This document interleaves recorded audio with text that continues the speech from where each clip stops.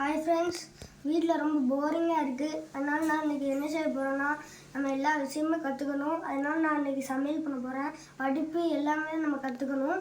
அதனால் நான் இப்போ என்ன செய்ய போகிறேன்னா, பாருங்கள், நம்ம பல்லாரி, மிளகா, தக்காளி, கருவேப்பிலை, அதுக்கடுத்து நான் கொஞ்சம் புளி தண்ணி எடுத்துக்கிட்டேன். அதுக்கப்புறம் கருவாடு கொஞ்சம் கழுவி நீட்டாக வச்சுட்டேன். சமையல் பண்ணலாம், வாங்க பார்க்கலாம். கொஞ்சம் தேங்காய் எண்ணெய் ஊற்றிக்கலாம்.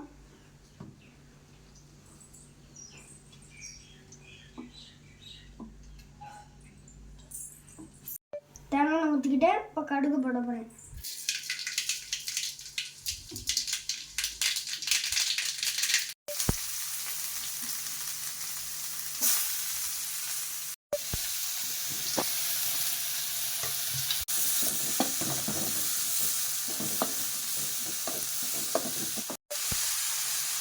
அடுத்து நான் கொஞ்சம் கருவேப்பிலை போட்டுக்கிறேன்.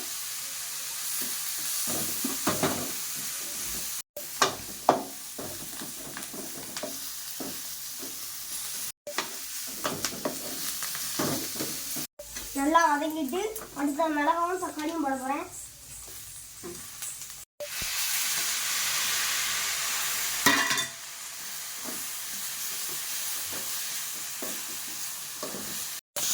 நல்லா வதங்கிட்டு நல்லா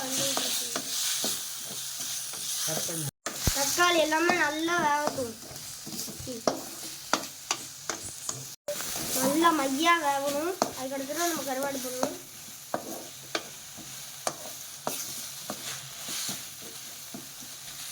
கொஞ்சோண்டு உப்பு போட்டுக்கலாம். உப்பு போட்டாச்சு. இப்போ நல்லா கிண்டிக்கலாம்.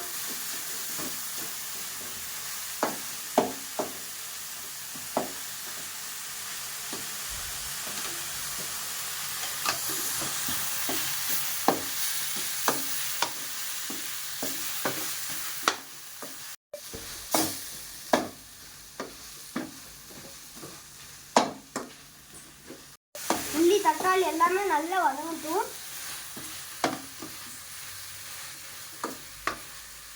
நல்லா வதங்கிடுது.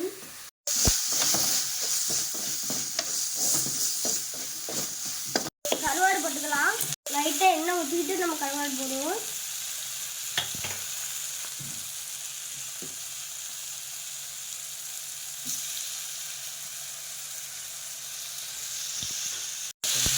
நல்லா இப்போ எண்ணெயிலே கருவாடு வதக்கணும். நல்லா வதக்கணும்.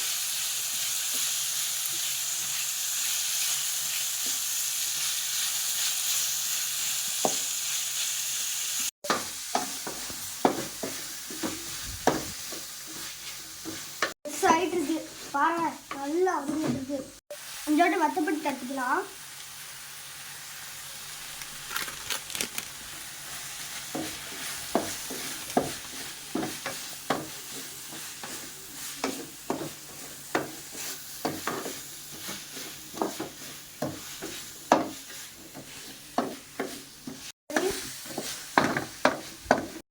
அடுத்து கொஞ்சம் புளி தண்ணி ஊற்றிக்கலாம்.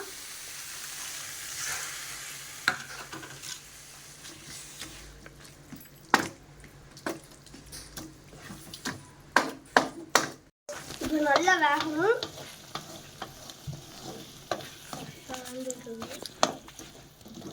நல்லா ஒட்டட்டும். புளி தண்ணியெல்லாம் ஊற்றிட்டு நல்லா வந்துட்டு இப்போ சாப்பிட்டு பார்க்கலாம்.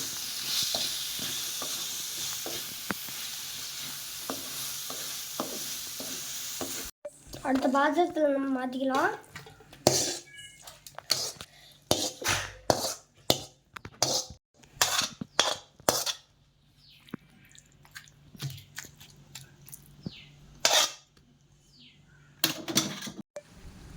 பாருங்க ஃப்ரெண்ட்ஸ், கருவாடை வதக்கிட்டு வெளில வந்தாச்சு. கட்டோட்டமாக உட்காந்து ஒரு புட்டி பிடிச்சிட வேண்டியதான். ஆமாம் ஃப்ரெண்ட்ஸ்,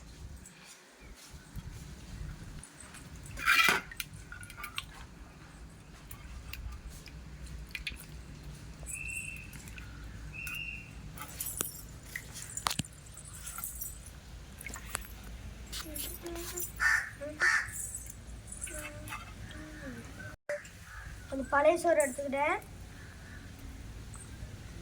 லைட்டாக உப்பு போட்டுக்கணும். உப்பு எடுத்துக்கிட்டேன், பொடி பொடியாக ஊற்றிக்கிட்டேன்.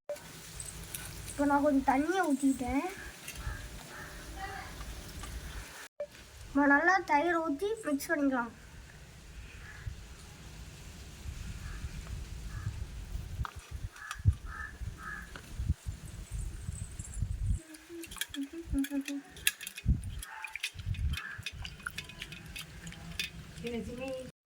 பழைய சோறு நான் வச்சுருக்கேன். அதுக்கடுத்து உள்ளி தக்காளி நான் ஃபஸ்ட்டு சமைச்சது. நான் அப்புறம் சாப்பிட்டு பார்க்க போகிறோம்.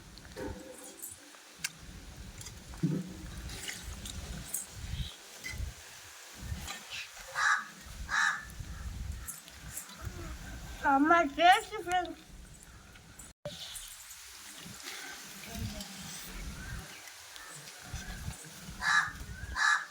தயிர், பழைய சோறு, கருவாடு சாப்பிட்டு போட்டால் ரொம்ப டேஸ்ட்டாக இருக்கும். நீங்களும் இந்த மாதிரி ட்ரை பண்ணி பாருங்கள். இந்த சம்மர் வெக்கேஷன் லீவில் நீங்கள் நம்ம ஒன்று ஒன்றா எல்லாமே கற்றுக்கணும். இன்னைக்கு இந்த சமையல், நாளைக்கு அடுத்த வீடியோவில் சொல்லுங்கள்.